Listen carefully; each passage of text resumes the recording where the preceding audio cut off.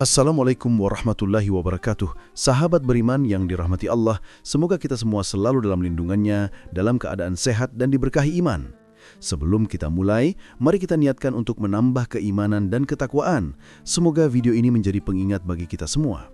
Jangan lupa untuk menekan tombol suka, tinggalkan komentar terbaik kalian dan tekan tombol subscribe agar tidak ketinggalan kisah dan pelajaran penuh hikmah berikutnya.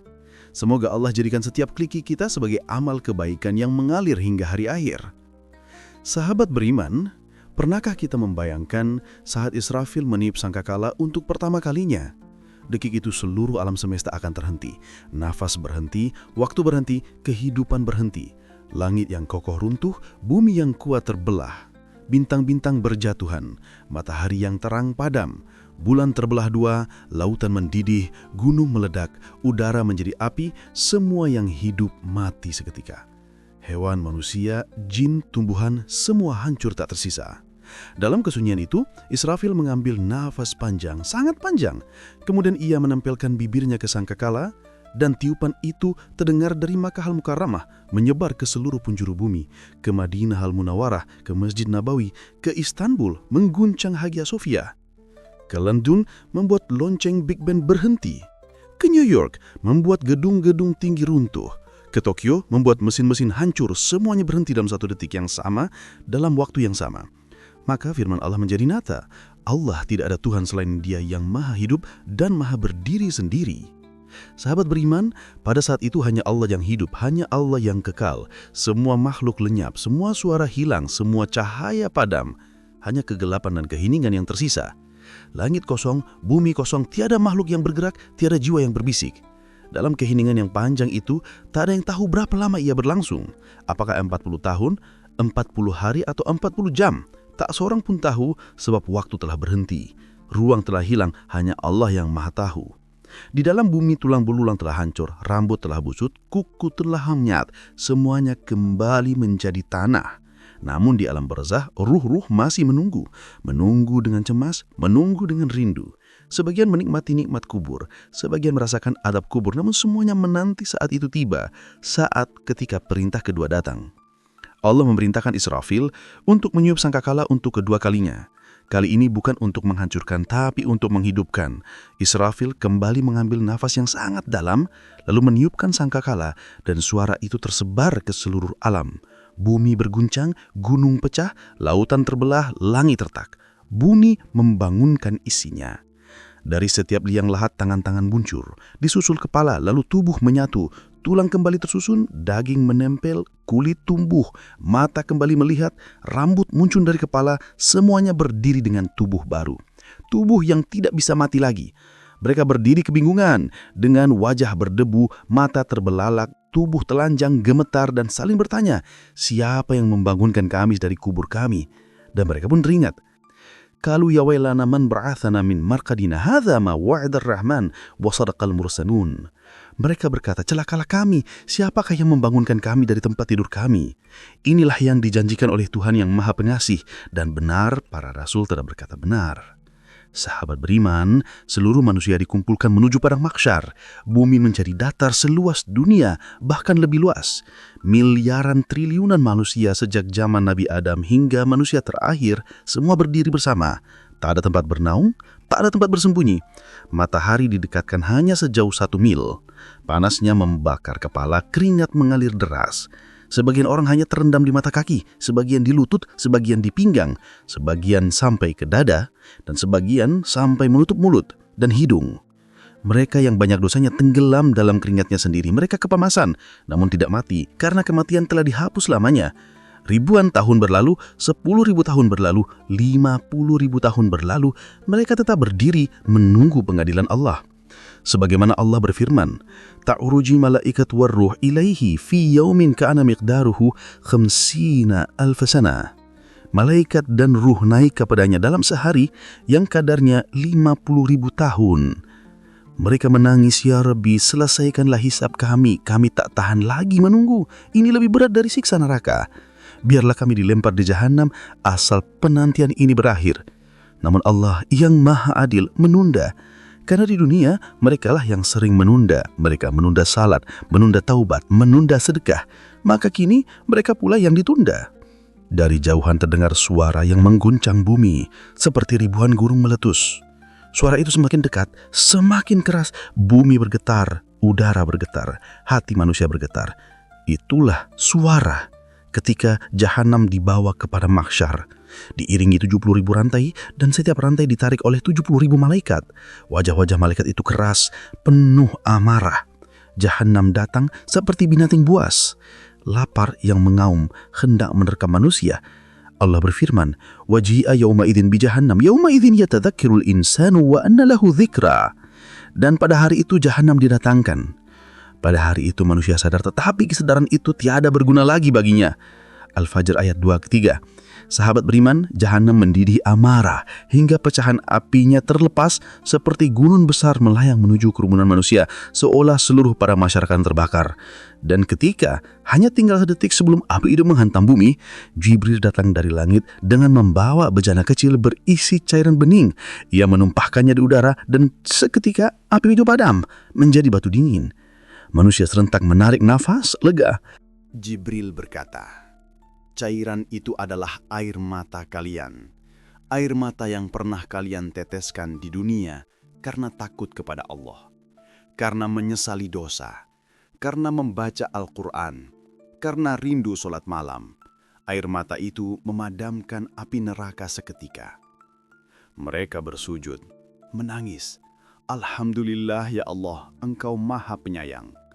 Namun bagi mereka yang tak pernah meneteskan air mata bagi Allah, mereka hanya bisa menatap kosong karena tak ada setetes pun air mata yang bisa menyelamatkan mereka. Setelah itu, seluruh manusia dipanggil satu persatu untuk menerima catatan amalnya. Sebagian menerima dari tangan kanan. Dengan wajah bersinar, mereka berseru dengan bahagia, "Ha umuqra'u kitabiyah. Inilah kitabku, bacalah. Aku yakin bahwa aku akan menemui perhitungan amal." Namun, sebagian lain menerima dari tangan kiri, dari belakang, dengan wajah ketakutan.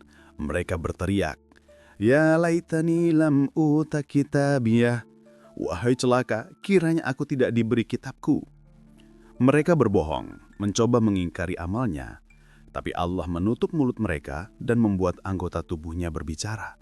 Sebagaimana firman Allah, "Al-yawma nakhtimu ala afwahihim wa tukallimuna aydihim wa tashhadu arjuluhum bima kanu yaksibun."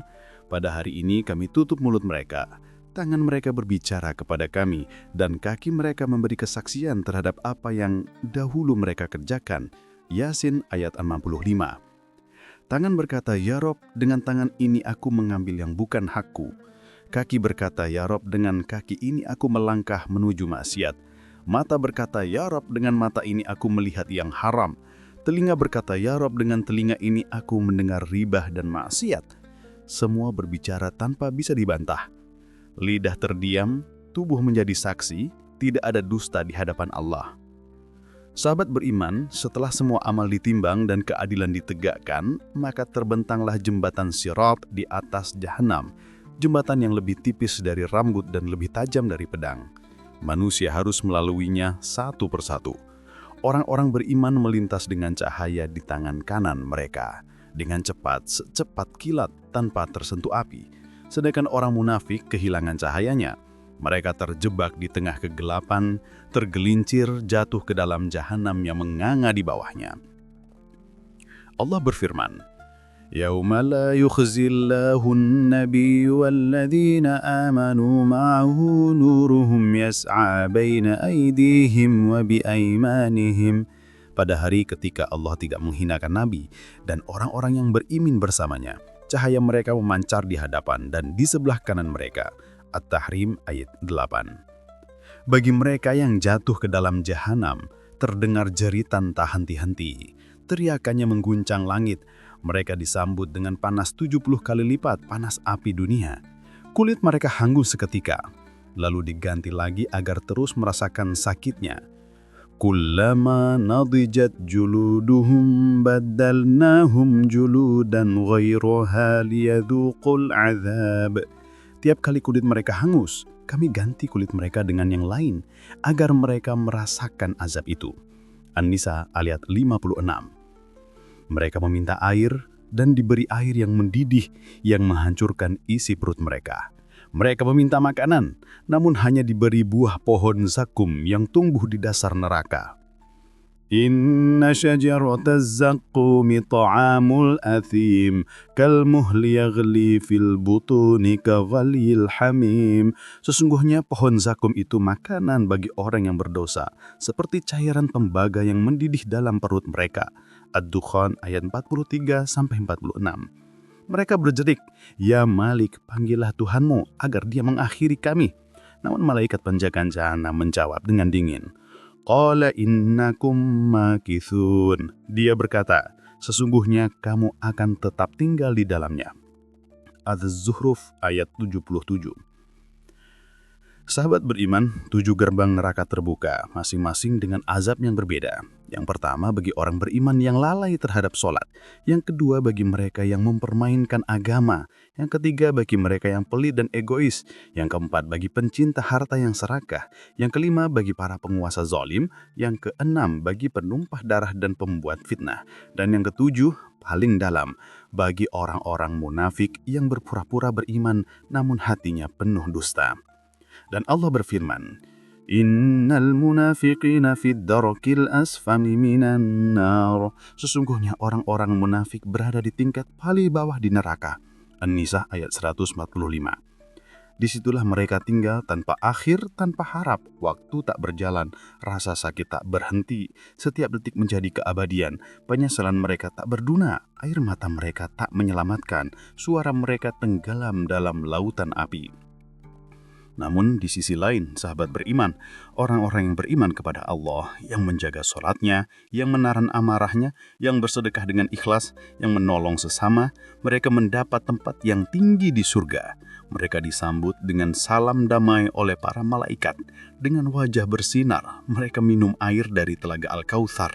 Mereka duduk di taman hijau di bawahnya, sungai-sungai yang mengalir di bawahnya. Mereka disambut oleh keluarga yang soleh. Mereka tidak takut, tidak sedih. Mereka hidup abadi dalam kebahagiaan yang tak pernah pudar. Sebagaimana janji Allah, Innal abrara lafi na'im. Sesungguhnya orang-orang yang berbakti benar-benar berada dalam kenikmatan. Al-Infitar ayat 13. Maka sahabat beriman, sebelum datang hari itu, sebelum Israfil meniup sangkakala, sebelum matahari padam, sebelum bumi terbelah, mari kita renungkan, adakah sholat kita sudah dijaga? Adakah hati kita sudah bersih? Adakah lidah kita sudah jujur? Adakah amal kita sudah ikhlas? Atau kita masih menunda taubat, masih berkata nanti, masih berkata besok? Padahal siapa yang bisa menjamin besok masih hidup? Siapa yang bisa memastikan kita sempat bertaubat jika malam ini ternyata malam terakhir? Maka saat ini juga, mari angkat tanganmu ke langit, ucapkan dari hati yang terdalam, Ya Rabb, ampunilah dosaku. Ya Rabb, jauhkan aku dari azab jahanam. Ya Rabb, bimbing aku menuju jalan yang Engkau ridhoi. Ya Rabb, wafatkan aku dalam iman dan kumpulkan aku bersama orang-orang soleh. Allahumma ajirna minan nar wa adkhilnal jannata ma'al abrar.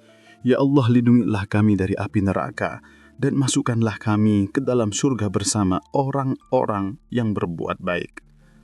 Sahabat beriman, jangan pernah menunda kebaikan. Selagi masih ada waktu, selagi napas masih ada, selagi hati masih berdetak, jangan biarkan penyesalan menjadi akhir hidupmu. Karena kelak air mata tak bisa memadamkan api, penyesalan tak bisa membuka pintu surga. Hanya iman dan amal soleh yang mampu menyelamatkan. Sampai di sini kisah ini, semoga menjadi pengingat agar kita semua lebih dekat dengan Allah, lebih rajin sholat, lebih banyak beristighfar, dan lebih giat berbuat baik. Mari kita saling mengingatkan dalam kebaikan dan kesabaran, karena dunia ini sementara, akhiratlah yang kekal. Terima kasih sahabat beriman telah menyimak, semoga Allah merahmati setiap langkahmu. Jangan lupa bagikan video ini agar lebih banyak hati yang tersentuh dan lebih banyak jiwa yang kembali kepada Allah. Hingga bertemu kembali dalam kisah berikutnya, insya Allah. Semoga kita termasuk golongan yang diselamatkan dari azab Jahannam dan dimasukkan ke dalam surga yang penuh kenikmatan. Wassalamualaikum warahmatullahi wabarakatuh.